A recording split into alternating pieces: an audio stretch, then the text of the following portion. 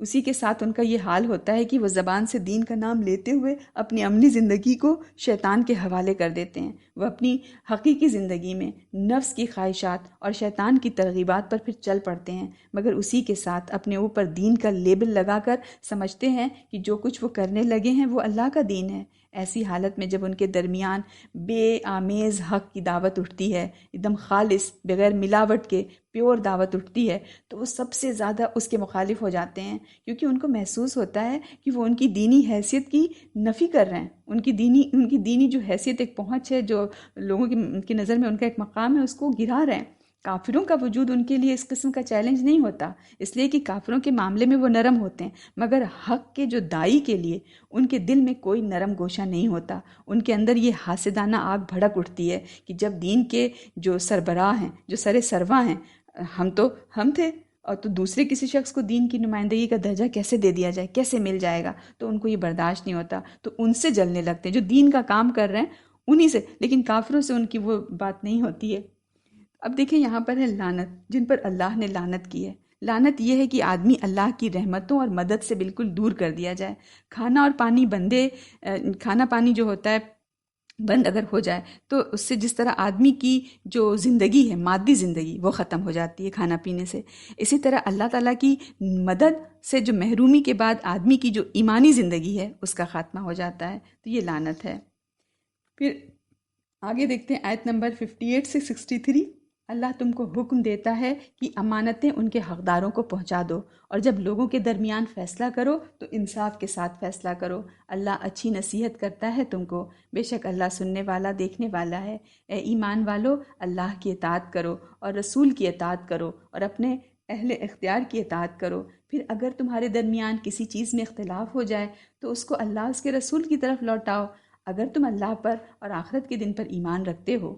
یہ بات اچھی ہے اور اس کا انجام بہتر ہے۔ کیا تم نے ان لوگوں کو نہیں دیکھا جو دعویٰ کرتے ہیں کہ وہ ایمان لائے ہیں اس پر جو اتارا گیا ہے تمہاری طرف اور جو اتارا گیا ہے تم سے پہلے؟ وہ چاہتے ہیں کہ قضیہ لے جائیں، یعنی فیصلے کے لیے جائیں شیطان کی طرف، حالانکہ ان کو حکم ہو چکا ہے کہ اس کو نہ مانیں، اور شیطان چاہتا ہے کہ ان کو بہکا کر بہت دور ڈال دے۔ اور جب ان سے کہا جاتا ہے کہ آؤ اللہ کی اتاری ہوئی کتاب کی طرف اور رسول کی طرف، تو تم دیکھو گے کہ منافقین تم سے کترا جاتے ہیں۔ پھر اس وقت کیا ہوگا جب ان کے اپنے ہاتھوں کی لائی ہوئی مصیبت ان پر پہنچے گی؟ اس وقت یہ تمہارے پاس قسمیں کھاتے ہوئے آئیں گے کہ اللہ کی قسم، ہم کو تو صرف بھلائی اور ملاپ سے غرض تھی، ان کے دلوں میں جو کچھ ہے اللہ اس سے خوب واقف ہے۔ بس تم ان سے اعراض کرو اور ان کو نصیحت کرو اور ان سے ایسی بات کہو جو ان کے دلوں میں اتر جائے۔ ہر ذمہ داری ایک امانت ہے اور اس کو ٹھیک ٹھیک ادا کرنا ضروری ہے۔ اسی طرح جب کسی سے معاملہ پڑے تو آدمی کو چاہیے کہ وہ کرے جو انصاف کا تقاضا ہو، چاہے معاملہ دوست کا ہو یا دشمن کا ہو، ہے نا۔ اگر امانت داری اور انصاف کا طریقہ بظاہر اپنے فائدوں اور اپنی مصلحت کے خلاف نظر آئے، تب بھی اس کو انصاف اور سچائی کے طریقے پر قائم رہنا ہے، کیونکہ بہتری اس میں ہے جو اللہ نے بتایا ہے نا، کہ اس میں نہیں ہے کہ جو ہمارے نفس کو پسند ہو۔ ہر آدمی کو اختلاف رائے کی آزادی ہے، مگر جب ایک بار اجتماعی فیصلے کو نہ ماننے کی بات آتی ہے نا، تو اس کی آزادی پھر کسی کو نہیں ہے۔ اجتماعی نظام مسلم سوسائٹی کی اجتماعی ضرورت ہے۔ مدینہ کے ابتدائی زمانے میں اختلافی معاملات میں فیصلہ لینے کے لیے اس وقت 2 عدالتیں پائی جاتی تھیں، ایک یہودی سرداروں کی جو پہلے سے چلی آ رہی تھی، اور دوسری نبی اکرم صلی اللہ علیہ وسلم کی جو ہجرت کے بعد قائم ہوئی۔ مسلمانوں میں جو لوگ اپنے فائدے کی قربانی کی قیمت پر دیندار بننے کے لیے تیار نہ تھے، وہ ایسا کرتے کہ جب ان کو یہ شبہ ہوتا، اندیشہ ہوتا کہ ان کا مقدمہ کمزور ہے اور وہ رسول کی عدالت سے اپنے مطابق فیصلہ نہ لے سکیں گے، تو وہ جاتے کعب بن اشرف یہودی کی عدالت میں۔ اور یہ بات سراسر ایمان کے خلاف ہے۔ آدمی اگر اللہ کے فیصلے پر راضی نہ ہو بلکہ اپنی پسند کا فیصلہ لینا چاہے تو اس کا ایمان کا دعویٰ تو جھوٹا ہے، خواہ وہ اپنے رویے کو حق بجانب ثابت کرنے کے لیے کتنے ہی خوبصورت الفاظ کو لے کر سامنے آئے، اپنے الفاظ سے لوگوں کو رام کرے، لیکن یہ وہ اچھا تو نہیں کر رہا نا۔ آگے دیکھتے ہیں آیت نمبر 64 سے آیت نمبر 67 تک دیکھتے ہیں۔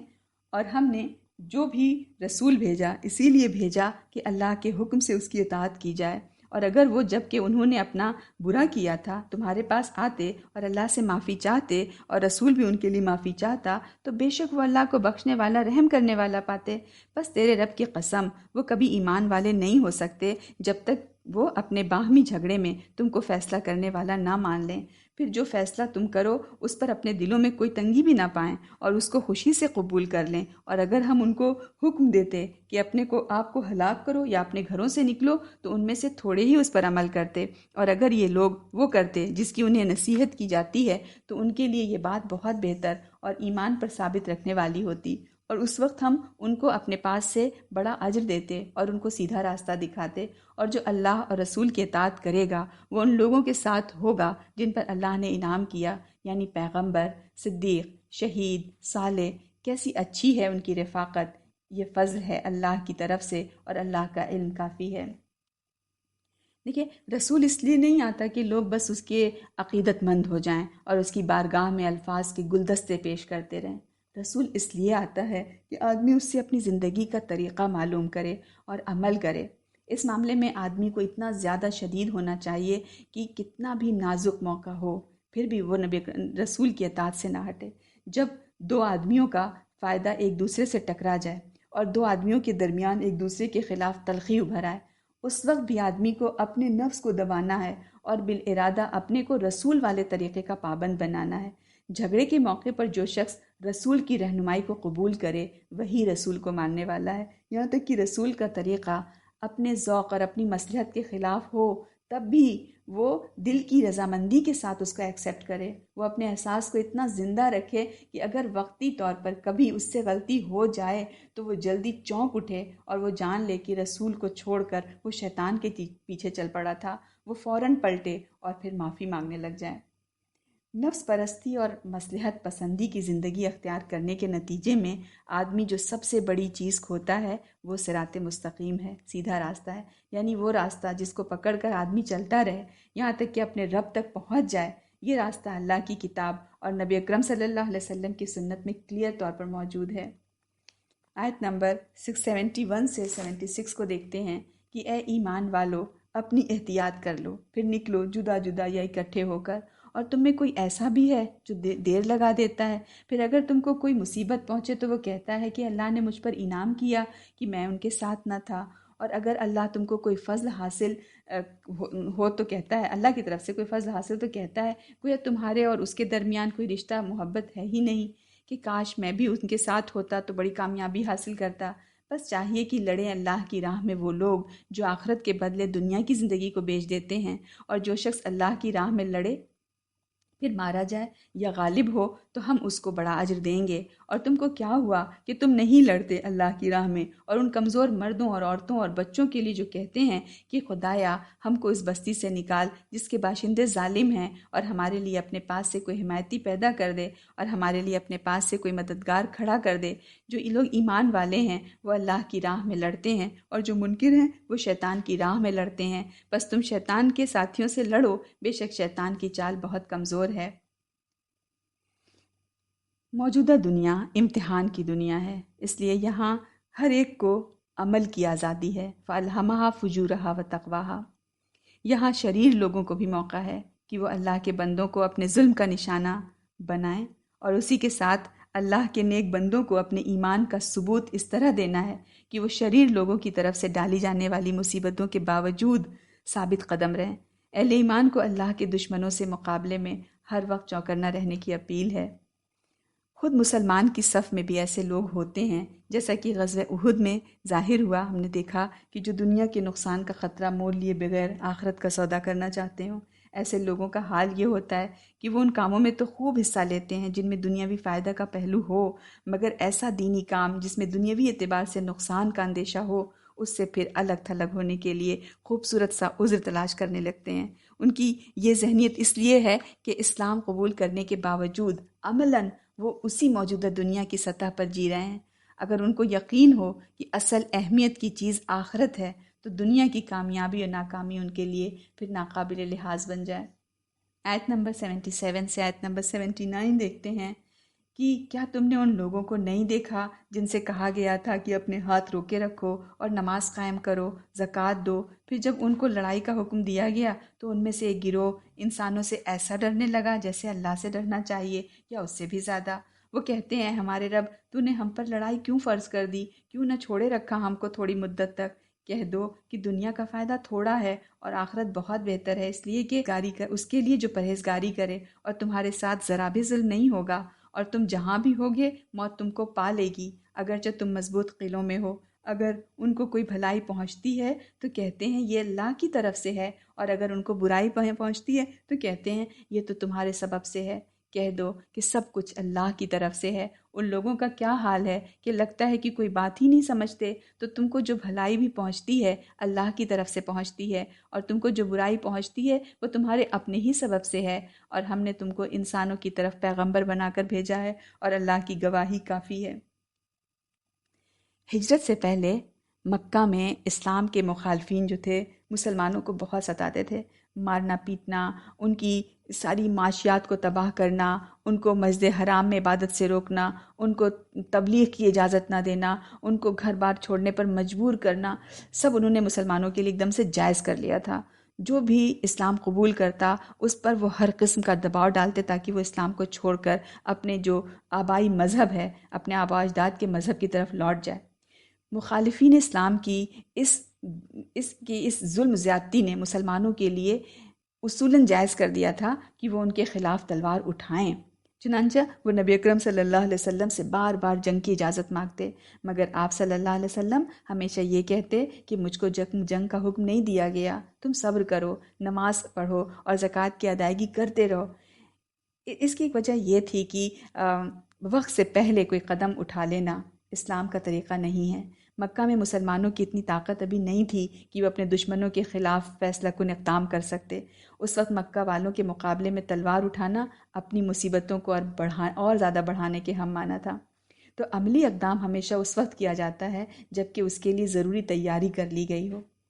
پھر دیکھیں قرآن میں قربانی کے احکام آئے تو مصلحت پرست لوگوں کو اپنی زندگی کا نقشہ بکھرتا ہوا نظر آیا۔ وہ اپنی کمزوری کو چھپانے کے لیے طرح طرح کی باتیں کرنے لگے۔ احد میں شکست ہوئی تو اس کو وہ نبی اکرم صلی اللہ علیہ وسلم کی بے تدبیری کا نتیجہ بتا کر رسول کی رہنمائی کے بارے میں لوگوں کو بدظن کرنے لگے۔ فائدہ والی باتوں کو اللہ کا فضل بتا کر وہ اپنی اسلامیت کا مظاہرہ کرتے، وہ اللہ نے کیا ہے، اور عملی اسلام سے گریز کے لیے نبی اکرم صلی اللہ علیہ وسلم کو غلط ثابت کرتے تھے۔ آیت نمبر 80 سے 83، جس نے رسول کی اطاعت کی اس نے اللہ کی اطاعت کی، اور جو الٹا پھرا تو ہم نے ان پر تم کو نگراں بنا کر نہیں بھیجا ہے۔ اور یہ لوگ کہتے ہیں کہ ہم کو قبول ہے، پھر جب تمہارے پاس سے نکلتے ہیں تو ان میں سے ایک گروہ اس کے خلاف مشورہ کرتا ہے جو وہ کہہ چکا تھا، اور اللہ ان کی سرگوشیوں کو لکھ رہا ہے۔ بس تم ان سے اعراض کرو اور اللہ پر بھروسہ رکھو، اور اللہ بھروسہ کے لیے کافی ہے۔ کیا یہ لوگ قرآن پر غور نہیں کرتے؟ اگر یہ اللہ کے سوا کسی اور کی طرف سے ہوتا تو وہ اس کے اندر بڑا اختلاف پاتے، اور جب ان کو کوئی بات امن یا خوف کی پہنچتی ہے تو وہ اس کو پھیلا دیتے ہیں، اور اگر وہ اس کو رسول تک یا اپنے ذمہ دار اصحاب تک پہنچاتے تو ان میں سے جو لوگ تحقیق کرنے والے ہیں وہ اس کی حقیقت جان لیتے، اور اگر تم پر اللہ کا فضل اور اس کی رحمت نہ ہوتی تو تھوڑے لوگوں کے سوا تم سب شیطان کے پیچھے لگ جاتے۔ اللہ تعالیٰ کے داعی کو ماننا، یعنی دعوت دینے والے کو ماننا، اپنے جیسے انسان کو ماننا، یہی وجہ ہے کہ آدمی اللہ کو مان لیتا ہے مگر وہ اللہ کے داعی کو ماننے پر راضی نہیں ہوتا۔ مگر آدمی کا اصل امتحان یہی ہے کہ وہ اللہ کے داعی کو، یعنی اللہ کی جو دعوت دے رہا ہے، پہچانے اور اس کی جانب اپنے کو کھڑا کرے۔ داعی کے معاملے کو جب آدمی اللہ کا معاملہ نہ سمجھے تو وہ اس کے بارے میں سنجیدہ بھی نہیں ہوتا۔ سامنے وہ رسمی طور پر ہاں کر دیتا ہے، مگر جب الگ ہوتا ہے تو اپنی پرانی روش پر چلنے لگتا ہے۔ وہ اس کے خلاف ایسی باتیں پھیلاتا ہے جن کا پھیلنا سراسر غیر ذمہ دارانہ فعل ہے۔ جو لوگ اللہ کے داعی کے ساتھ اس قسم کی بے پرواہی کا سلوک کریں وہ اللہ کے ہاں یہ کہہ کر نہیں چھوٹ سکتے کہ ہم نہیں جانتے تھے۔ آدمی اگر ٹھہر کر سوچے تو داعی کی صداقت کو جاننے کے لیے وہ کلام ہی کافی ہے جو اللہ نے اس کی زبان پر جاری کیا ہے۔ دیکھیں، وَلَوْ كَانَ مِنْ عِنْدِ غَيْرِ اللَّهِ، یعنی قرآن کے کلام میں الہی ہونے کا ایک واضح ثبوت یہ ہے کہ اس کا کوئی بیان کسی بھی صداقت کے خلاف نہیں ہے، اس میں کوئی ایسی چیز نہیں جو انسانی فطرت کے خلاف ہو، اس میں کوئی ایسا بیان نہیں جو پرانی آسمانی کتابوں کے ذریعے مطلب جانی ہوئی کسی حقیقت سے ٹکراتا ہو۔ تو یہ ہے قرآن کا کہ کلام الہی ہونے کا ثبوت ہے یہ۔ پھر دیکھیں آیت نمبر 84 سے 87، پس لڑو اللہ کی راہ میں، تم پر اپنی جان کے سوا کسی کی ذمہ داری نہیں، اور مسلمانوں کو ابھارو، امید ہے کہ اللہ منکروں کا زور توڑ دے، اور اللہ بڑا زور والا، بہت سخت سزا دینے والا ہے۔ جو شخص کسی اچھی بات کے حق میں کہے گا اس کے لیے اس میں سے حصہ ہے، اور جو اس کی مخالفت میں کہے گا اس کے لیے اس میں سے حصہ ہے، اور اللہ ہر چیز پر قدرت رکھنے والا ہے۔ اور جب کوئی تم کو دعا دے تو تم بھی دعا دو، اس سے بہتر یا الٹ کر وہی کہہ دو، بے شک اللہ ہر چیز کا حساب لینے والا ہے۔ اللہ ہی معبود ہے، اس کے سوا کوئی معبود نہیں۔ وہ تم سب کو قیامت کے دن جمع کرے گا جس کے آنے میں کوئی شبہ نہیں، اور اللہ کی بات سے بڑھ کر سچی بات اور کس کی ہو سکتی ہے۔ یہاں پر دیکھیں دینداری کے اصول بتایا گیا ہے۔ نازک حالات میں دعوت حق کو زندہ رکھنے کی ضمانت صرف یہ ہوتی ہے کہ کم از کم دعوت دینے والا اپنی ذات کی سطح پر یہ طے کر لے، یہ عزم رکھے کہ وہ ہر حال میں اپنے موقف پر قائم رہے گا، خواہ کوئی تائید کرنے والا ہو یا نہ ہو۔ ایسے حالات میں جو دعوت دینے والے کا جو عزم ہے، جو ارادہ ہے، وہی ارادہ اس کو اللہ کی خصوصی مدد کا مستحق بنائے گا۔ اس کی ایک مثال، جب یہ بدر صغریٰ کا غزوہ جو احد کے صرف 1 مہینے کے بعد پیش آیا تھا، اس وقت مدینہ میں ایسی کیفیت چھائی ہوئی تھی کہ صرف 70 آدمی نبی اکرم صلی اللہ علیہ وسلم کے ساتھ نکلے، مگر اس جو چھوٹی سی یہ ٹیم تھی اس کو اللہ تعالیٰ کی یہ خصوصی مدد ملی کہ مکہ والوں پر ایسا رعب طاری ہوا کہ وہ مقابلے میں نہیں آ سکے۔ اللہ تعالیٰ کی سنت ہے کہ وہ منکرین کا زور توڑے، مگر اللہ کی یہ سنت اس وقت ظاہر ہوتی ہے جب کہ دین کے علمبردار اپنی بے سر و سامانی کے باوجود اللہ کے دشمنوں کا زور توڑنے کے لیے نکل پڑے ہوں۔ پھر دیکھتے ہیں آیت نمبر 88 سے آیت نمبر 91۔ آدمی جب اللہ کے دین کو اختیار کرتا ہے تو اس کے بعد اس کی زندگی میں بار بار ایسے مرحلے آتے ہیں جہاں یہ بات کہ وہ اپنے فیصلے میں سنجیدہ ہے یا نہیں ہے۔ دیکھیں یہاں پر پھر تم کو کیا ہوا ہے کہ تم منافقوں کے معاملے میں 2 گروہ ہو رہے ہو، حالانکہ اللہ نے ان کے اعمال کے سبب سے ان کو الٹا پھیر دیا ہے۔ کیا تم چاہتے ہو کہ ان کو راہ پر لاؤ جن کو اللہ نے گمراہ کر دیا ہے؟ اور جس کو اللہ گمراہ کر دے تم ہرگز اس کے لیے کوئی راہ نہیں پا سکتے۔ وہ چاہتے ہیں کہ جس طرح انہوں نے انکار کیا ہے تم بھی انکار کرو تاکہ تم سب برابر ہو جاؤ، بس تم ان میں سے کسی کو دوست نہ بناؤ جب تک وہ اللہ کی راہ میں ہجرت نہ کریں، پھر اگر وہ اس کو قبول نہ کریں تو ان کو پکڑو اور جہاں کہیں ان کو پاؤ انہیں قتل کرو، اور ان میں سے کسی کو ساتھی اور مددگار نہ بناؤ مگر وہ لوگ جن کا تعلق کسی ایسی قوم سے ہو جن کے ساتھ تمہارا معاہدہ ہے، یا وہ لوگ جو تمہارے پاس سے اس حال میں آئیں کہ ان کے سینے تنگ ہو رہے ہیں تمہاری لڑائی سے اور اپنی قوم کی لڑائی سے، اور اگر اللہ چاہتا تو ان کو تم پر زور دے دیتا تو وہ ضرور تم سے لڑتے، بس اگر وہ تم کو چھوڑے رہیں اور تم سے جنگ نہ کریں اور تمہارے ساتھ صلح کا رویہ رکھیں تو تم اللہ کو بھی ان کے خلاف کسی اقدام اللہ تم کو بھی ان کے خلاف کسی اقدام کی اجازت نہیں دیتا۔ دوسرے کچھ ایسے لوگ بھی تم پاؤ گے جو چاہتے ہیں کہ تم سے بھی امن میں رہیں اور اپنی قوم سے بھی امن میں رہیں، جب کبھی وہ فتنہ کا موقع پائیں وہ اس میں کود پڑتے ہیں۔ ایسے لوگ اگر تم سے یکسو نہ رہیں اور تمہارے ساتھ صلح کا رویہ نہ رکھیں اور اپنے ہاتھ نہ روکیں تو تم ان کو پکڑو اور ان کو قتل کرو جہاں کہیں پاؤ، یہ لوگ ہیں جن کے خلاف ہم نے تم کو کھلی حجت دی ہے۔ تو اسی سلسلے کا ایک امتحان ہجرت ہے، یعنی دین کی راہ میں جب دنیا کے فائدے اور مصلحتیں حائل نظر آئیں تو فائدوں اور مصلحتوں کو چھوڑ کر اللہ کی طرف بڑھ جانا، یہاں تک کہ اگر رشتہ دار اور گھر بار چھوڑنے کی ضرورت پیش آئے تو اس کو بھی چھوڑ دینا۔ ایسا نازک موقع پیش آنے کی صورت میں اگر ایسا ہو کہ آدمی اپنے فائدوں اور مصلحتوں کو نظر انداز کر کے حق کی طرف بڑھے تو اس نے حق کے ساتھ اپنے دلی تعلق کو مضبوط کر لیا۔ اس کے جسٹ اپوزٹ اگر ایسا ہو کہ ایسے موقع پر آدمی اپنے فائدوں کو سوچے، مصلحت سے لپٹا رہے، تو اس نے حق کے ساتھ اپنے جو اس کا قلبی تعلق ہے، جو دلی تعلق ہے، اس کو اس نے کمزور کر دیا۔ تو جو شخص پہلی راہ پر چلے، اس کے اندر حق جو ہے اور بھی اس کے اندر قبولیت کا مادہ پیدا ہوتا ہے، وہ برابر حق کی طرف بڑھتا ہی رہتا ہے، اور جو شخص دوسری راہ کو اختیار کرے اس کے اندر حق کی قبولیت کا مادہ جو ہے گھٹتا رہتا ہے، کم ہوتا رہتا ہے، یہاں تک کہ وہ اتنا بے حس ہو جاتا ہے کہ اس کے اندر حق کو قبول کرنے کی صلاحیت باقی نہیں رہتی ہے۔ جب دین کے سخت تقاضے سامنے آتے ہیں تو لوگوں میں مختلف گروہ بن جاتے ہیں، ہے نا۔ اب کوئی ایشو آیا بڑا ہارڈ ہے تو کوئی مخلصین کا ہوتا ہے اس میں سے، اور کوئی مخالفین کا ہوتا ہے، اور کچھ ایسے لوگوں کا جو ظاہر میں حق سے قریب مگر اندر سے بہت دور ہوتے ہیں۔ ایسی حالت میں ضروری ہے کہ اہل ایمان ہر ایک سے اس کے حسب حساب حسب حال معاملہ کریں، ہے نا، کہ فتنے کو دور کرنے کے لیے ان کے دماغ میں ٹارگٹ ہو تو پھر وہ کس ذمہ داری نبھانے کے لیے کب نرمی اختیار کرنی ہے، ان کو کب کمزوروں کے ساتھ رعایت کا سلوک کرنا ہے، دوسروں سے متاثر ہونے کے بجائے خود ان کو متاثر کرنے کی کوشش کرنی ہے۔ کسی کو اگر اللہ خاموش کر کے بٹھا دے تو اس سے پھر بلا ضرورت لڑائی جھگڑا کرنے کی ضرورت نہیں ہے، اس سے پھر بحث کرنے کی الجھنے کی ضرورت نہیں ہے۔ آیت نمبر 92 سے 93، ایک مسلمان پر دوسرے مسلمان کے جو حقوق ہیں ان کے بارے میں دیکھیں۔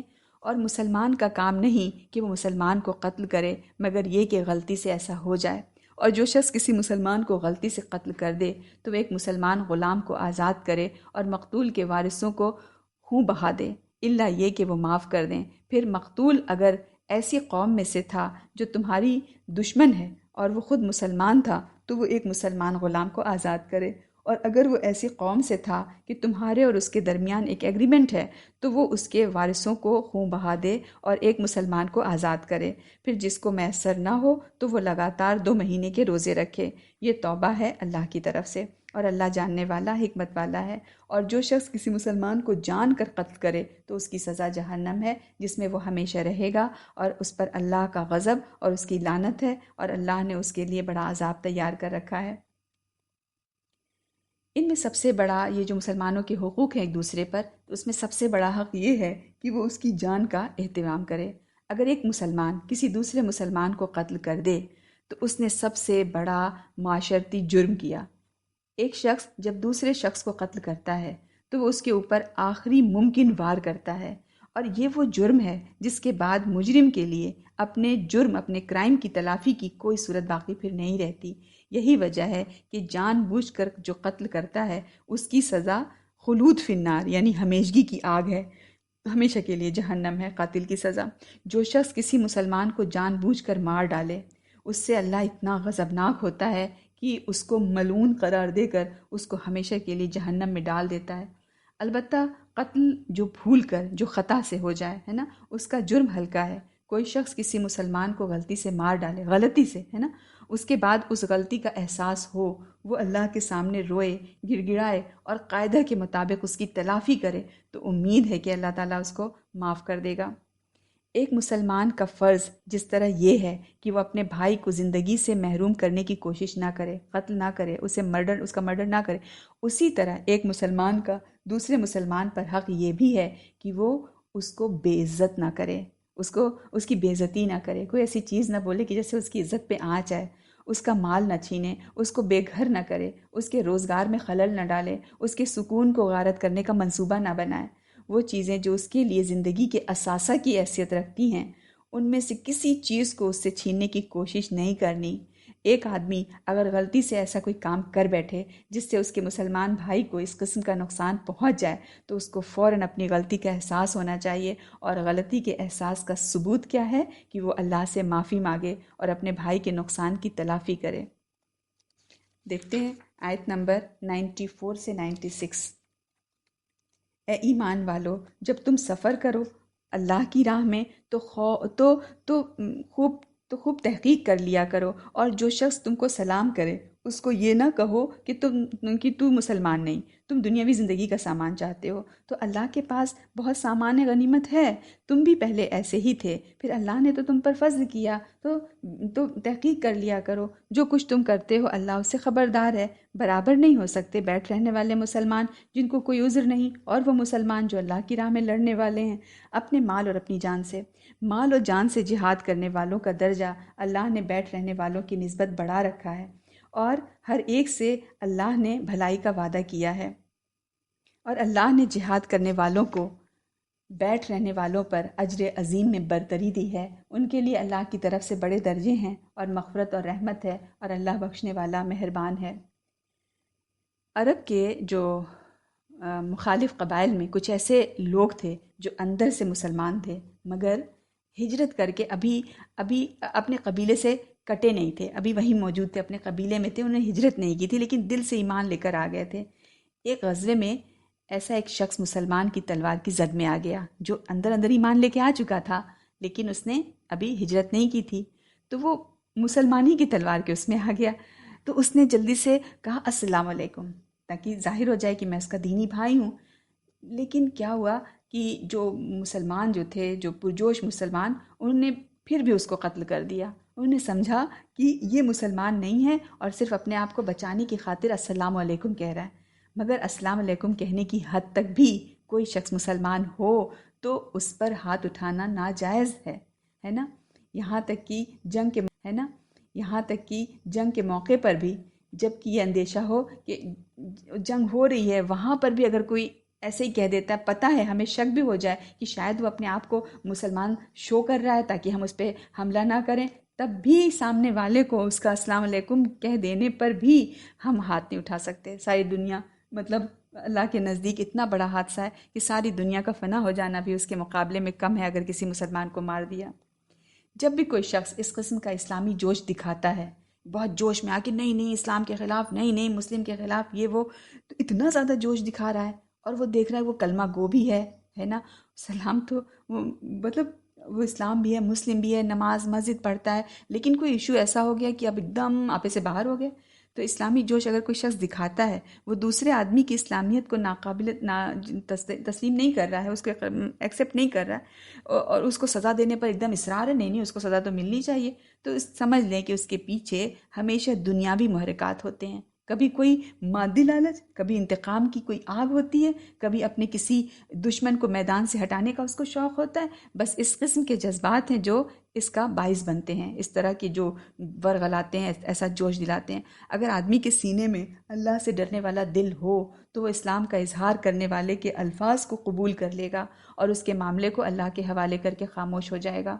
دیکھیں وہ جو جنید جمشید بیچارے، ان کو کیسے گھیرا گیا ایئرپورٹ پر، اور کیسے وہ کلمہ گو دوسرے کلمہ گو گھیر کے مار رہے ہیں. اللہ تعالیٰ یہ کیوں بھول جاتے ہیں کہ اسلام کا اظہار ہم کر رہے ہیں. ہم اللہ کیا مطلب کیا سکھا رہا ہے، اسلام کی روح کیا ہے. یہ چیز ایگو، انا، ان سب میں آ کر کے میں، میرا فرقہ، یہ کیسے، میری بتائی ہوئی بات کیسے غلط ہو گئی، ہم نے یہ سیٹ کیا. نعوذ باللہ. آیت نمبر 97 دیکھتے ہیں، 97 سے 100.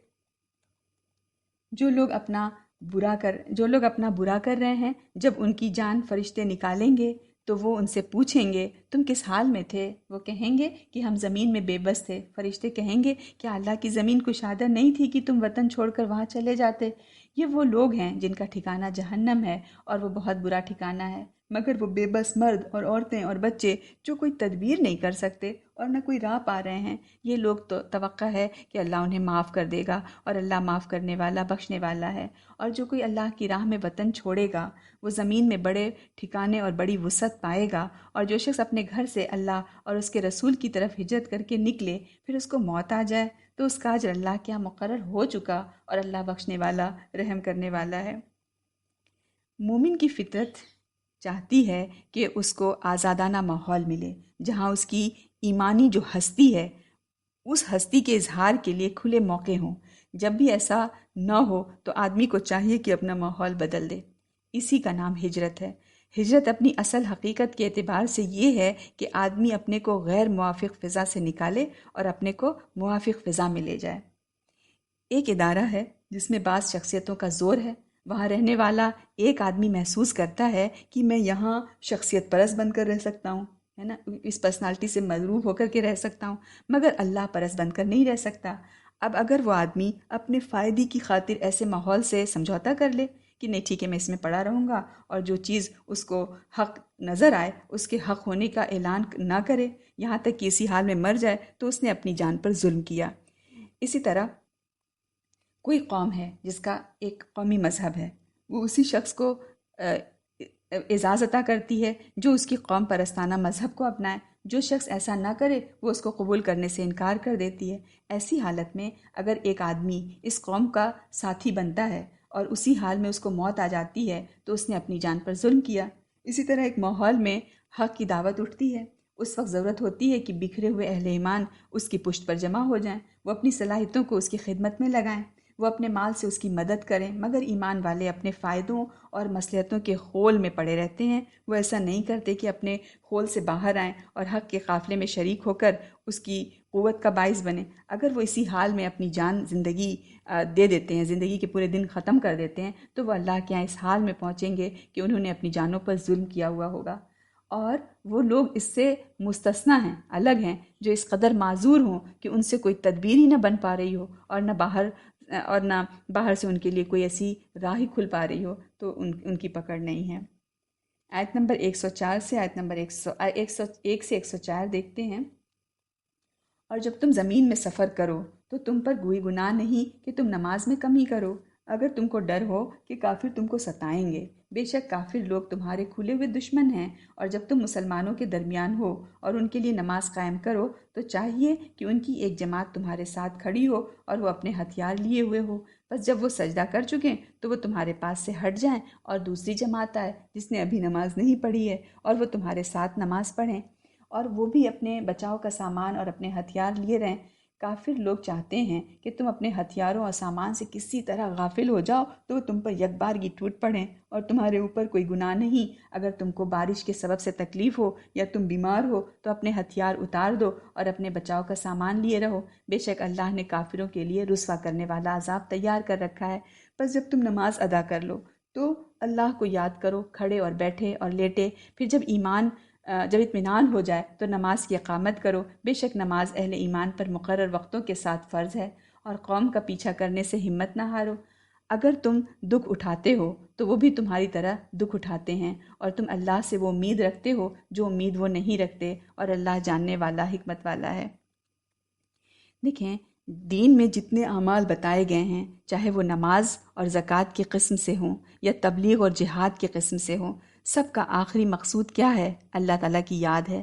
تمام اعمال کا اصل مدعا یہ ہے کہ ایسا انسان تیار ہو جو اس طرح جیے کہ اللہ اس کی یادوں میں بسا ہوا ہو، زندگی کا ہر موڑ اس کو اللہ کی یاد دلانے والا بن جائے، چاہے اندیشے کا موقع ہو اس کو اللہ سے ڈرائے، امید کا موقع ہو اس کے اندر اللہ کا شوق پیدا کرے، اس کا بھروسہ اللہ پر ہو، اس کی توجہات اللہ کی طرف لگی ہوئی ہوں، جو چیز ملے اس کو وہ اللہ کی طرف سے آئی ہوئی چیز سمجھے، اور جو چیز چلی جائے اللہ کی طرف سے اللہ کا حکم سمجھے، اس کی پوری اندرونی ہستی اللہ کے جلال اور اللہ کے جمال میں کھوئی ہوئی ہو۔ یہ معاملہ اتنا اہم ہے کہ جنگ کے نازک ترین موقع پر بھی کسی نہ کسی شکل میں نماز ادا کرنے کا حکم ہوا، تاکہ موت کے کنارے کھڑے ہو کر انسان کو یاد دلایا جائے کہ وہ اصل چیز کیا ہے جو بندے کو اس دنیا سے لے کر اپنے رب کے پاس جانا چاہیے۔ اہل ایمان کا بھروسہ اگرچہ تمام تر اللہ پر ہوتا ہے، مگر اسی کے ساتھ حکم ہے کہ دشمنوں سے اپنا بچاؤ بھی کرو، بچاؤ کا ظاہری سامان مہیا رکھو، صرف اللہ پر توکل، تدبیر بھی کرو۔ اس کی وجہ یہ ہے کہ اللہ کی مدد ظاہری سامان کے اندر سے ہو کر آتی ہے نا؟ تو تدبیر بھی ہمیں اختیار کرنی ہے کہ پہلے اونٹ کو باندھو پھر اللہ کے حوالے کرو، ہے نا؟ پھر ہے آیت نمبر 105 سے 108۔ بے شک ہم نے یہ کتاب تمہاری طرف حق کے ساتھ اتاری ہے تاکہ تم لوگوں کے درمیان اس کے مطابق فیصلہ کرو جو اللہ نے تم کو دکھایا ہے، اور بددیانت لوگوں کی طرف سے جھگڑنے والے نہ بنو، اور اللہ سے معافی مانگو، بے شک اللہ معاف کرنے والا مہربان ہے۔ اور تم ان لوگوں کی طرف سے نہ جھگڑو جو اپنے آپ سے خیانت کر رہے ہیں، اللہ ایسے شخص کو نہیں پسند کرتا جو خیانت والا اور گنہگار ہو۔ وہ آدمیوں سے شرماتے ہیں اور اللہ سے نہیں شرماتے، حالانکہ وہ ان کے ساتھ ہوتا ہے جبکہ وہ سرگوشیاں کرتے ہیں اس بات کی جس سے اللہ راضی نہیں، اور جو کچھ وہ کرتے ہیں اللہ اس کا احاطہ کیے ہوئے ہے۔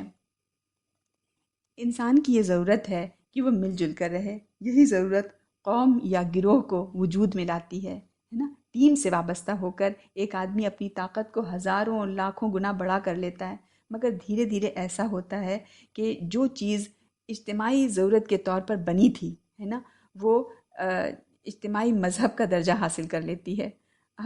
مطلب اب یہ ذہن بن جاتا ہے کہ میرا گروہ، خواہ وہ صحیح ہو یا غلط، میری قوم ہے نا، میری ٹیم، میری قوم، خواہ وہ حق پر ہو یا باطل پر ہو.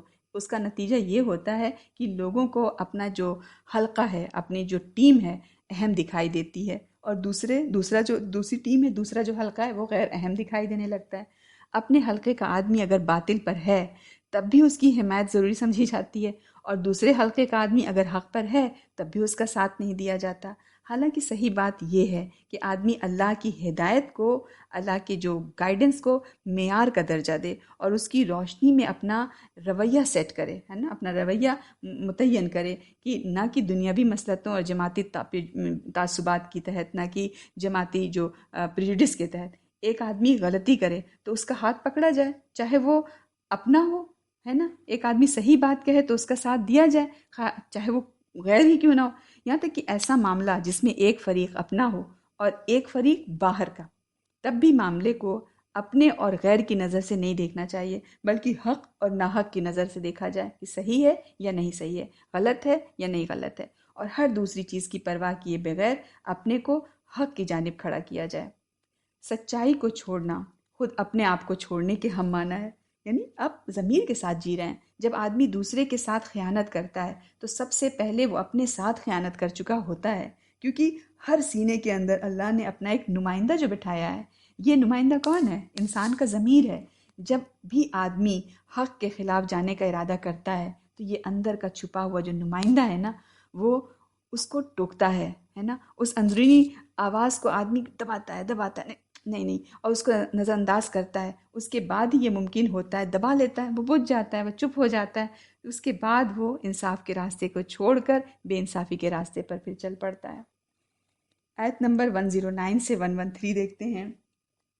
تم لوگوں نے دنیا کی زندگی میں تو ان کی طرف سے جھگڑا کر لیا، مگر قیامت کے دن کون ان کے بدلے اللہ سے جھگڑا کرے گا؟ یا کون ہوگا ان کا کام بنانے والا؟ اور جو شخص برائی کرے یا اپنے آپ پر ظلم کرے پھر اللہ سے بخشش مانگے تو وہ اللہ کو بخشنے والا، رحم کرنے والا پائے گا. اور جو شخص کوئی گناہ کرتا ہے تو وہ اپنے ہی حق میں کرتا ہے، اور اللہ جاننے والا، حکمت والا ہے. اور جو شخص کوئی غلطی یا گناہ کرے پھر اس کی تہمت کسی بے گناہ پر لگا دے تو اس نے ایک بڑا بہتان اور کھلا ہوا گناہ اپنے سر لے لیا.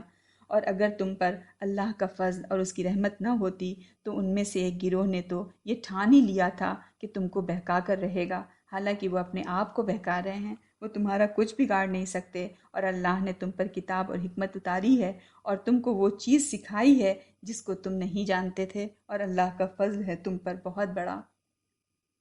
دنیا آزمائش کی جگہ ہے، یہاں ہر آدمی سے غلطی ہو سکتی ہے، اللہ کے معاملے میں بھی اور بندوں کے معاملے میں بھی. جب کسی سے کوئی غلطی ہو جائے تو صحیح طریقہ یہ ہے کہ آدمی اپنی غلطی پر شرمسار ہو، شرمندہ ہو، وہ اللہ کی طرف اور زیادہ توجہ کے ساتھ دوڑے، وہ اللہ سے درخواست کرے کہ وہ اس کی غلطی کو معاف کر دے اور آئندہ کے لیے اس کو نیکی کی توفیق دیتا رہے. جو شخص اس طرح اللہ کی پناہ چاہے تو اللہ بھی اس کو اپنی پناہ میں لے لیتا ہے. اللہ اس کے دینی احساس کو جگا کر اس کو اس قابل بنا دیتا ہے کہ وہ پہلے سے زیادہ احتیاط والی زندگی گزارنے لگتا ہے، دنیا میں احتیاط ہو کر جینے لگتا ہے. پھر ہے دوسری صورت یہ ہے کہ آدمی جب غلطی کرے تو وہ غلطی کو ماننے کے لیے تیار نہ ہو، ہے نا، بلکہ اپنی غلطی کو صحیح ثابت کرنے کی کوشش میں لگ جائے. وہ اپنے ساتھیوں کی حمایت سے ایک ٹیم اس کو مل گئی، اس کی ہاں میں ہاں ملانے والی، خود ان لوگوں سے لڑنے لگے جو اس کی غلطی سے اس کو آگاہ کر رہے ہیں. جو لوگ اپنی غلطی پر اس طرح اکڑتے ہیں اور جو لوگ ان کا ساتھ دیتے ہیں وہ اللہ کے نزدیک بدترین مجرم ہیں. وہ اپنی غلطی پر پردہ ڈالنے کے لیے جن الفاظ کا سہارا لیتے ہیں وہ آخرت میں بالکل بے معنی ثابت ہوں گے، اور جن حمایتوں کے بھروسے وہ پروپیگنڈا کر رہے ہیں، جن سپورٹ میں، جن ٹیم میں کے بھروسے وہ اتنا اچھک رہے ہیں، اتنا آگے بڑھ رہے ہیں، اتنی آواز ان کی اونچی ہو رہی ہے، آخرکار وہ جان لیں گے کہ وہ کچھ بھی ان کے کام آنے والے نہیں تھے. آیت نمبر 114 سے 115 دیکھتے ہیں.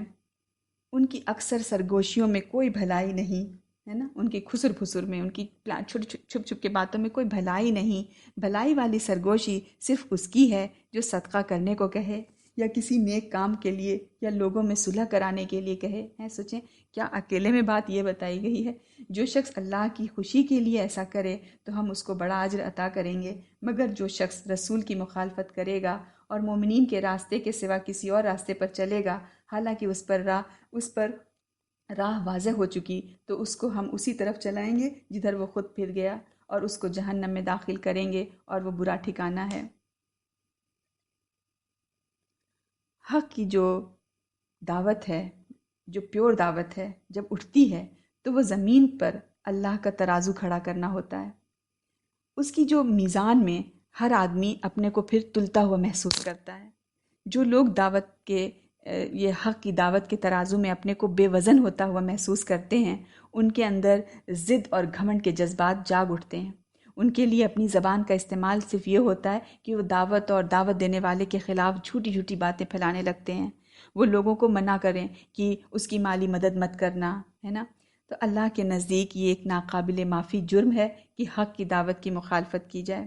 دعوت حق کی مخالفت تمام تر سرکشی کی وجہ سے ہوتی ہے، اور سرکشی کسی آدمی کا وہ جرم ہے جس کو اللہ تعالیٰ کبھی بھی معاف نہیں کر سکتا۔ پھر دیکھیں آیت نمبر 116 سے 122، آیت نمبر 116 سے 122۔ بے شک اللہ اس کو نہیں بخشے گا کہ اس کا شریک ٹھہرایا جائے، اور اس کے سوا گناہوں کو بخش دے گا جس کے لیے چاہے گا، اور جس نے اللہ کا شریک ٹھہرایا وہ بہک کر بہت دور جا پڑا۔ وہ اللہ کو چھوڑ کر پکارتے ہیں دیویوں کو، اور وہ پکارتے ہیں سرکش شیطان کو، اس پر اللہ نے لعنت کی ہے۔ اور شیطان نے کہا تھا کہ میں تیرے بندوں سے ایک مقرر حصہ لے کر رہوں گا، میں ان کو بہکاؤں گا، ان کو امیدیں دلاؤں گا، ان کو سمجھاؤں گا تو وہ چوپایوں کے کان کاٹیں گے، اور ان کو سمجھاؤں گا تو وہ اللہ کی بناوٹ کو بدل لیں گے۔ اور جو شخص اللہ کے سوا شیطان کو اپنا دوست بنائے تو وہ کھلے ہوئے نقصان میں پڑ گیا۔ وہ ان کو وعدہ دیتا ہے اور ان کو امیدیں دلاتا ہے، اور شیطان کے تمام وعدے فریب کے سوا اور کچھ نہیں۔ ایسے لوگوں کا ٹھکانہ جہنم ہے، اور وہ اس سے بچنے کی راہ کوئی نہیں پائیں گے۔ اور جو لوگ ایمان لائے اور انہوں نے نیک کام کیے، ان کو ہم ایسے باغوں میں داخل کریں گے جن کے نیچے نہریں جاری ہوں گی، جن میں وہ ہمیشہ رہیں گے۔ اللہ کا وعدہ سچا ہے، اور اللہ سے بڑھ کر کون اپنی بات میں سچا ہوگا۔ اس دنیا میں آدمی کا اصلی مقابلہ شیطان سے ہے۔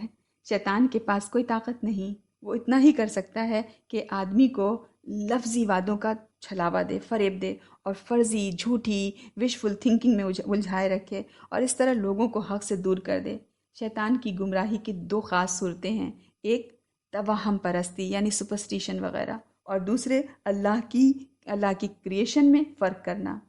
تو سپرسٹیشن یہ ہے کہ کسی چیز سے ایسے نتیجے کی امید کی جائے جس نتیجے کا کوئی تعلق اس سے نہ ہو، جیسے خود ساختہ عقیدہ ہے، اس پر اللہ کے سوا کسی چیز کو معاملات میں اثر والا مان لینا، حالانکہ اس دنیا میں اللہ کے سوا کسی کے پاس کوئی طاقت نہیں، یا زندگی کو دنیا کے حصول میں لگا دینا، اور آخرت کے بارے میں فرضی خوش خیالیوں کی بنا پر، جھوٹی امیدوں کی بنا پر، وشفل تھنکنگ کی بنا پر امید قائم کر لینا کہ وہ اپنے آپ حاصل ہو جائے گی، ہے نا؟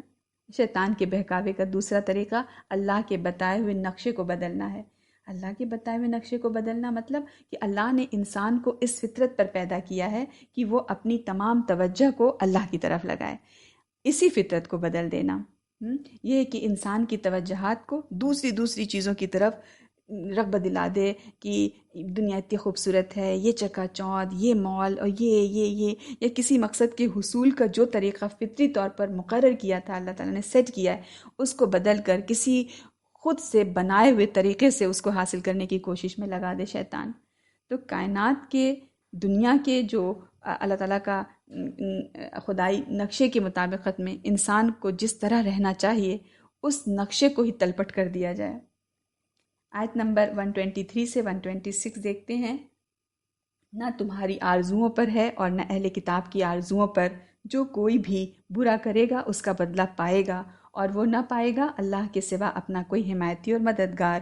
اور جو شخص کوئی نیک کام کرے گا، خواہ وہ مرد ہو یا عورت، بشرطے کہ وہ مومن ہو، تو ایسے لوگ جنت میں داخل ہوں گے اور ان پر ذرا بھی ظلم نہ ہوگا۔ اور اس سے بہتر کس کا دین ہے جو اپنا چہرہ اللہ کی طرف جھکا دے اور وہ نیکی کرنے والا ہو اور وہ چلے دین ابراہیمی پر جو ایک طرف تھا، اور اللہ نے ابراہیم کو اپنا دوست بنا لیا تھا، اور اللہ کا ہے جو کچھ آسمانوں میں ہے اور جو کچھ زمین میں ہے، اور اللہ ہر چیز کا احاطہ کیے ہوئے، ہر چیز کو گھیرے ہوئے ہے۔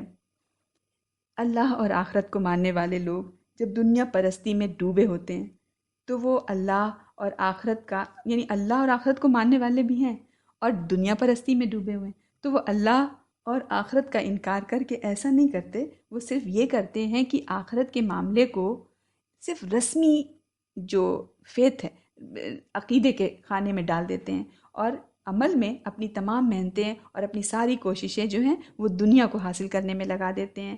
دنیا کی عزت اور دنیا کے فائدے کو سمیٹنے کے معاملے میں وہ پوری طرح بڑے سنجیدہ ہوتے ہیں۔ ان کو پانے کے لیے ان کے نزدیک مکمل کوشش ضروری ہوتی ہے، مگر آخرت کی کامیابی کو پانے کے لیے صرف خوش فہمیاں ان کو کافی نظر آتی ہیں کہ اللہ تعالیٰ تو غفور ہے، اللہ تو رحیم ہے، ارے سب کو بخش دے گا، اللہ تعالیٰ تو یہ وہ ہے نا۔ کسی بزرگ کی سفارش بڑا ڈھارس ان کو دیتی ہے، کسی بڑے گروہ سے ان کو وابستگی، کچھ پاک کلمات کا ورد بس رٹ مار لیا، صبح اٹھ کے 40 بار یہ پڑھ لیا، 100 بار یہ کر لیا، مطلب لیکن دل ذہن خالی، سوچ خالی۔ بس اس قسم کے سستے اعمال سے یہ امید قائم کر لی جاتی ہے کہ وہ آدمی کو جہنم کی بھڑکتی ہوئی آگ سے بچائیں گے اور اس کو جنت کے پربہار باغوں میں داخل کریں گے، مگر اس قسم کی خوشحالیاں جو ہیں، فہمیاں، خواہ ان کو کتنے ہی خوبصورت الفاظ میں بیان کیا گیا ہو، کتنا بھی اچھا لیکچر جمع کیا گیا اس بات کے لیے، وہ کسی کے کچھ بھی کام آنے والا نہیں ہے۔ اللہ کا نظام حد درجہ پختہ نظام ہے، محکم نظام ہے،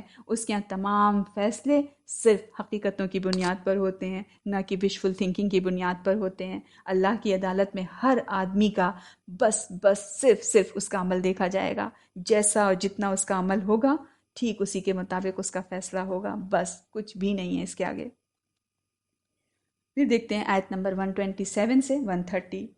اور لوگ تم سے عورتوں کے بارے میں حکم پوچھتے ہیں، کہہ دو اللہ تمہیں ان کے بارے میں حکم دیتا ہے، اور وہ آیات بھی جو تمہیں کتاب میں ان یتیم عورتوں کے بارے میں پڑھ کر سنائی جاتی ہیں جن کو تم وہ نہیں دیتے جو ان کے لیے لکھا گیا ہے، اور تم اور چاہتے ہو کہ ان کو نکاح میں لے آؤ، اور جو آیات کمزور بچوں کے بارے میں ہیں، اور یتیموں کے ساتھ انصاف کرو، اور جو بھلائی تم کرو گے وہ اللہ کو خوب معلوم ہے۔ اور اگر کسی عورت کو اپنے شوہر کی طرف سے بدسلوکی یا بے رخی کا اندیشہ ہو تو اس میں کوئی حرج نہیں کہ دونوں آپس میں صلح کر لیں، اور صلح بہتر ہے، اور حرص انسان کی طبیعت میں بسی ہوئی ہے۔ اور اگر تم اچھا سلوک کرو اور خدا ترسی سے کام لو تو جو کچھ تم کرو گے اللہ اس سے باخبر ہے، اور تم ہرگز عورتوں کو برابر نہیں رکھ سکتے اگرچہ تم ایسا کرنا چاہو، بس بالکل ایک ہی طرف نہ جھک پڑو کہ دوسری کو لٹکی ہوئی کی طرح چھوڑ دو۔ اور اگر تم اصلاح کر لو اور ڈرو تو اللہ بخشنے والا مہربان ہے، اور اگر دونوں جدا ہو جائیں تو اللہ ہر ایک کو اپنی وسعت سے بے احتیاج کر دے گا، اور اللہ بڑی وسعت والا، حکمت والا ہے۔ پوچھنے والوں نے وہ کہتے ہیں وَيَسْتَفْتُونَكَ فِي النِّسَاءِ، ہے نا، پوچھتے ہیں، یعنی پوچھنے والے پوچھتے ہیں، تو پوچھنے والوں نے بعض جو سوسائٹی کے نارمز کی بابت شرعی حکم دریافت کیا تھا۔ اس سلسلے میں حکم بتاتے ہوئے خیر و انصاف بتایا کہ جب پوچھا کہ کیسے یہ ہو تو اس میں جو پوائنٹ اٹھایا گیا تو خیر ہو، انصاف ہو، صلاح ہو، تقوی، یعنی اس میں خیر پہ، انصاف پہ، اصلاح پہ اور تقوی پہ زور دیا گیا اس کے جواب میں۔ اس کی وجہ یہ ہے کہ کوئی بھی قانون اسی وقت اپنے مقصد کو پورا کرتا ہے جبکہ اس کو عمل میں لانے والا آدمی اللہ سے ڈرتا ہو اور انصاف کا طالب ہو، اس کے اندر صلح سمجھوتے کی فیلنگ ہو، ہے نا۔ اگر ایسا نہ ہو تو قانون کی ظاہری تعمیل کے باوجود حقیقی بہتری پیدا نہیں ہو سکتی۔ میاں بیوی یا دو آدمیوں میں اختلاف کی وجہ ہمیشہ حرص ہوتی ہے۔ دیکھیں، ایک فریق دوسرے فریق کا لحاظ کیے بغیر صرف اپنے جس میں اپنے مطالبات کو پورا کرانا چاہتے ہیں کہ بیوی کا کیا حکم ہے، شوہر کا کیا ہے، شوہر بیوی سے شاید چاہ رہا ہوگا، یہ کم ہی ہوتا ہے بیچارے، بیویاں بہت چاہ رہی ہوتی ہیں۔ ہم میں سے ہر ایک نے بتایا ہوگا اپنے شوہر کو ضرور کہ دیکھیں نبی صلی اللہ علیہ وسلم جھاڑو لگاتے تھے، گھر کا سارا کام خود کرتے تھے. تو ہم مطالبات پورا کرنا مطلب لینا چاہتے ہیں کہ ہمارے لیے سب کچھ ہو. یہ ذہنیت ہر ایک کو دوسرے کی طرف سے غیر مطمئن بنا دیتی ہے. تو اللہ اپنے تو یہاں پر یہ کہ ہم دونوں کو دیکھیں، دونوں کی طرف سے یہ چیز ہونی چاہیے. پھر دیکھیں یہاں پر ہے وَالصُّلْحُ خیر، اور صلح سمجھوتا بہتر ہے. اللہ اپنے بندوں کے ساتھ آخری حد تک رعایت فرماتا ہے. اللہ کے ہاں آدمی کی پکڑ اس کی فطری کمزوریوں پر نہیں ہے، بلکہ اس کی اس سرکشی پر ہے جو وہ جان بوجھ کر کرتا ہے. اگر آدمی اللہ سے ڈرے اور دل میں اصلاح کا جذبہ رکھے تو وہ نیت کی درستگی کے ساتھ جو کچھ کرے گا اس کے لیے وہ اللہ کے ہاں قابل معافی قرار پائے گا. پھر دیکھتے ہیں آگے آیت نمبر 131 سے 134. اور اللہ کا ہے جو کچھ آسمانوں میں ہے اور جو کچھ زمین میں ہے، اور ہم نے حکم دیا ہے ان لوگوں کو جنہیں تم سے پہلے کتاب دی گئی، اور تم کو بھی کہ اللہ سے ڈرو، اور اگر تم نے نہ مانا تو اللہ ہی کافی ہے. تو اللہ ہی کا ہے جو کچھ آسمانوں میں ہے اور جو کچھ زمین میں ہے، اور اللہ بے نیاز ہے، سب خوبیوں والا ہے. اور اللہ ہی کا ہے جو کچھ آسمانوں میں ہے اور جو کچھ زمین میں ہے، اور بھروسے کے لیے اللہ ہی کافی ہے. اگر وہ چاہے تو تم سب کو لے جائے اے لوگو، اور دوسروں کو لے آئے، اور اللہ اس پر قادر ہے. جو شخص دنیا کا ثواب چاہتا ہو تو اللہ کے پاس دنیا کا ثواب بھی ہے اور آخرت کا ثواب بھی، اور اللہ سننے والا دیکھنے والا ہے. دنیا میں آدمی کو جو نیک زندگی اختیار کرنا ہے وہ اس کو اسی وقت اختیار کر سکتا ہے جب کہ وہ اندر سے اللہ والا بن گیا ہو. اللہ کو مالک کی حیثیت سے پا لینا، صرف اللہ سے ڈرنا اور صرف اللہ پر بھروسہ کرنا، آخرت کو اصل سمجھ کر اس کی طرف متوجہ ہو جانا، یہی وہ چیزیں ہیں جو کسی آدمی کو اس قابل بناتی ہیں کہ وہ دنیا میں وہ سال زندگی گزارے جو اللہ کو چاہیے اور جو اس کو آخرت کی دنیا میں کامیاب کرنے والی ہو. آیت نمبر 135 دیکھتے ہیں. اے ایمان والو، انصاف پر خوب قائم رہنے والے اور اللہ کے لیے گواہی دینے والے بنو، چاہے وہ تمہارے یا تمہارے ماں باپ یا عزیزوں کے خلاف ہو. اگر کوئی مالدار ہے یا محتاج تو اللہ تم سے زیادہ دونوں کا خیر خواہ ہے. بس تم خواہش کی پیروی نہ کرو کہ حق سے ہٹ جاؤ، اور اگر تم کجی کرو گے یا پہلو تہی کرو گے تو جو کچھ تم کر رہے ہو اللہ اس سے باخبر ہے. اجتماعی زندگی میں بار بار ایسا ہوتا ہے کہ آدمی کے سامنے ایسا معاملہ آتا ہے جس میں ایک راستہ اپنے فائدے اور خواہش کا ہوتا ہے اور دوسرا راستہ حق اور انصاف کا ہوتا ہے. اب دیکھیں، جو لوگ اللہ کی طرف سے غافل ہوتے ہیں، جن کو یقین نہیں ہوتا کہ ہر وقت اللہ ان کو دیکھ رہا ہے، وہ ایسے موقع پر اپنے خواہش کے راستے پہ چل پڑتے ہیں اور وہ اس کو کامیابی بھی سمجھتے ہیں کہ حق کی پرواہ نہیں کرتی، اور معاملے کو اپنے فائدے اور اپنی مصلحت کے مطابق طے کر لیتے ہیں. مگر جو لوگ اللہ سے ڈرتے ہیں، جو اللہ کو اپنا نگران بنائے ہوئے ہوتے ہیں، وہ تمام تر انصاف کے پہلو کو دیکھتے ہیں اور وہی کرتے ہیں جو حق اور انصاف کا تقاضا ہوتا ہے، جو حق اور انصاف کی ڈیمانڈ ہوتی ہے. ان کی کوشش ہمیشہ یہ ہوتی ہے کہ ان کو موت آئے تو اس حال میں آئے کہ انہوں نے کسی کے ساتھ بے انصافی نہیں کی ہو. وہ اپنے آپ کو مکمل طور پر انصاف پر قائم کیے ہوئے دیکھنا چاہتے ہیں. آیت نمبر 136 سے 139.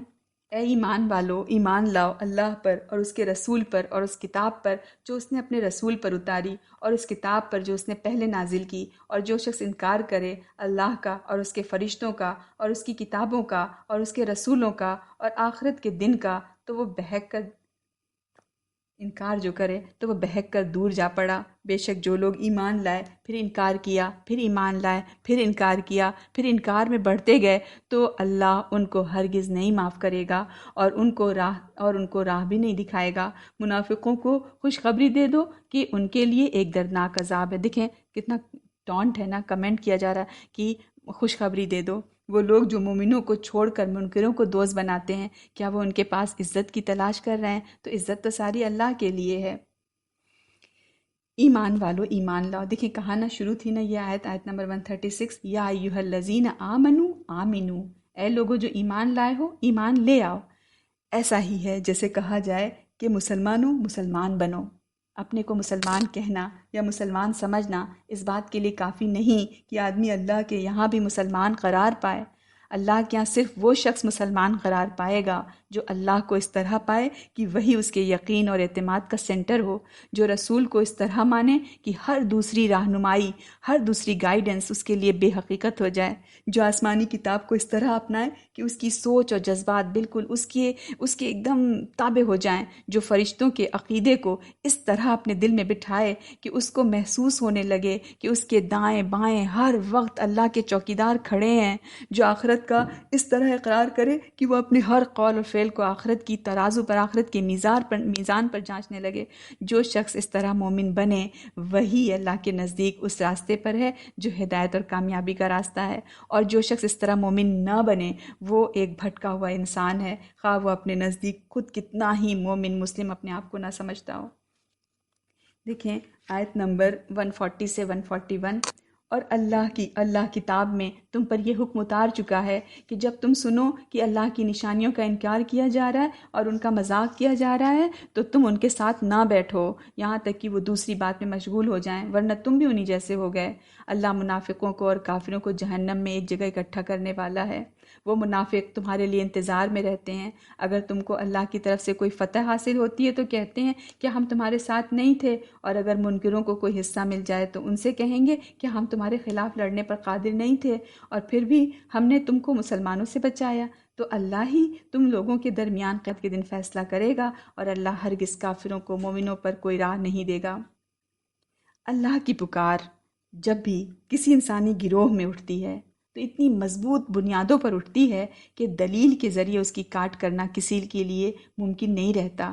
اس لیے جو لوگ اس کو ماننا نہیں چاہتے وہ اس کا مذاق اڑا کر اس کو بے وزن کرنے کی کوشش کرتے ہیں۔ جو لوگ ایسا کریں وہ اپنے اس رویے سے یہ بتا رہے ہیں کہ وہ حق کے معاملے کو کوئی سنجیدہ معاملہ نہیں سمجھتے، اور جب آدمی کسی معاملے میں سنجیدہ نہیں ہو ہے نا تو اس وقت اس سے بحث کرنا بالکل بیکار ہوتا ہے۔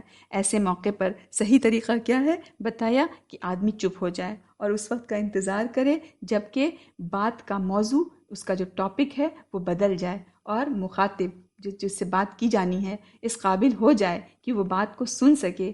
جس محفل میں، جس مجلس میں اللہ کی دعوت کا مذاق اڑایا جائے وہاں بیٹھنا یہ ثابت کرتا ہے کہ آدمی حق کے معاملے میں غیرت مند نہیں ہے، اس میں کوئی غیرت نہیں ہے۔ آگے دیکھتے ہیں آیت نمبر 142 سے 147۔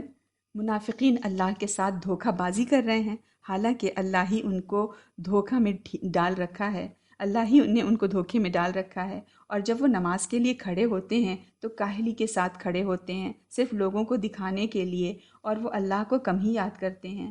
وہ دونوں کے بیچ لٹک رہے ہیں، نہ ادھر ہیں نہ ادھر ہیں، اور جس کو اللہ بھٹکا دے تم اس کے لیے کوئی راہ نہیں پا سکتے۔ اے ایمان والو، مومنوں کو چھوڑ کر منکروں کو اپنا دوست نہ بناؤ۔ کیا تم چاہتے ہو کہ اپنے اوپر اللہ کی کھلی حجت قائم کر لو؟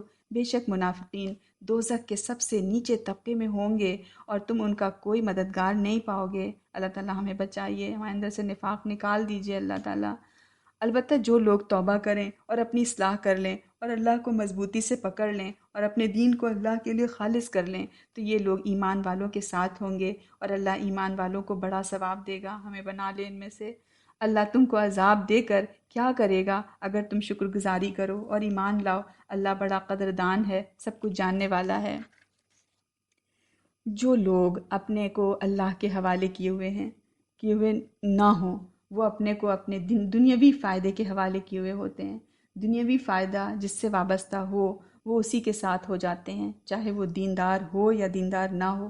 ایسے لوگ زبان سے اسلام کے الفاظ بولتے تو ہیں اور بعض اسلامی اعمال بھی ظاہری حد تک ادا کرتے ہیں، مگر ان کا عمل اللہ کے لیے تو نہیں ہوتا، بلکہ لوگوں کی نظر میں مسلمان بنے رہنے کے لیے ہوتا ہے۔ ان کا اصلی دین موقع پرستی ہوتا ہے، مگر لوگوں کے سامنے وہ اپنے کو اللہ پرست، خدا پرست ظاہر ہونے کی کوشش کرتے ہیں۔ ایسے لوگ اللہ کو دھوکہ دے رہے ہیں۔ وہ اللہ والے نہ ہو کر اپنے کو اللہ والا ثابت کرنا چاہتے ہیں۔ وہ اسلام کو سچا دین جانتے ہیں، اس کے باوجود اپنے فائدے کو چھوڑنا نہیں چاہتے۔ اس کی وجہ سے وہ دونوں کے درمیان معلق رہتے ہیں، نہ پوری طرح اپنے عقیدے کے لیے ہی یکسو ہوتے ہیں، نہ پوری طرح اپنے فائدے کے لیے۔ ایسے لوگ اللہ کی مدد سے محروم رہتے ہیں، کیونکہ اللہ کی مدد کا مستحق بننے کے لیے اللہ کے راستے پر جمنا ضروری ہے، اور یہی چیز ان کے یہاں موجود نہیں ہوتی۔ حق کو ماننے والے اور حق کا انکار کرنے والے جب الگ الگ ہو چکے ہوں تو ایسی حالت میں حق کا انکار کرنے والوں کا ساتھ دینا اپنے خلاف اللہ کی کھلی حجت قائم کرنا ہے۔ اس قسم کے لوگ اپنے دکھاوے کے اعمال کی بنا پر اللہ کی پکڑ سے بچ نہیں سکتے۔ اسلام کی ظاہری نمائش کے باوجود حقیقت کے اعتبار سے وہ اسلام سے دور تھے، اس لیے ان کا انجام بھی ان کی حقیقت کے اعتبار سے ہوگا، نہ کہ ان کے ظاہر کے اعتبار سے۔ والسلام علیکم ورحمۃ اللہ وبرکاتہ۔ اللہ تعالیٰ قبول کرے، اللہ تعالیٰ ہم لوگوں کو اپنے نیک بندوں کی لسٹ میں رکھے، منافقت سے بچائے اللہ تعالیٰ۔ سبحانک اللہم و بحمدک اشہد ان لا الہ الا انت استغفرک و اتوب الیک۔ آمین یا رب العالمین۔